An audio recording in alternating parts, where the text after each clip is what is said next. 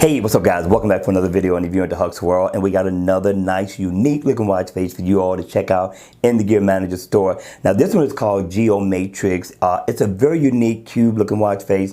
In the AOD mode, you're going to get the exact same look. What I like about it, it's going to be in a darker black theme, which really makes this cube stand out. Now here's what you're going to get when the watch face is on, right? First, you're going to get your date up at the top. I got 2 days to my birthday. Happy birthday to me. And I'm going to get my digital time on both sides here, right, which doesn't look bad at all. Very different, very unique, and it is animated. As you can see in the background, there's stars twinkling. You got floating second hand right here. This is going to be your step info, and you can cycle through, and if you tap there, it'll bring up your heart rate information. I need to have it on my wrist in order for it to come up, but not bad at all, depending on which one you want, or if you don't want it at all, there you go. Now what you can do to change the theme of the watch face is single tap.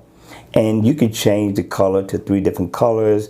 Not a bad deal at all for a watch face like this. All right, you all, that's going to be it. I hope you enjoyed this video. And if you did, don't forget to hit the like button on the way out.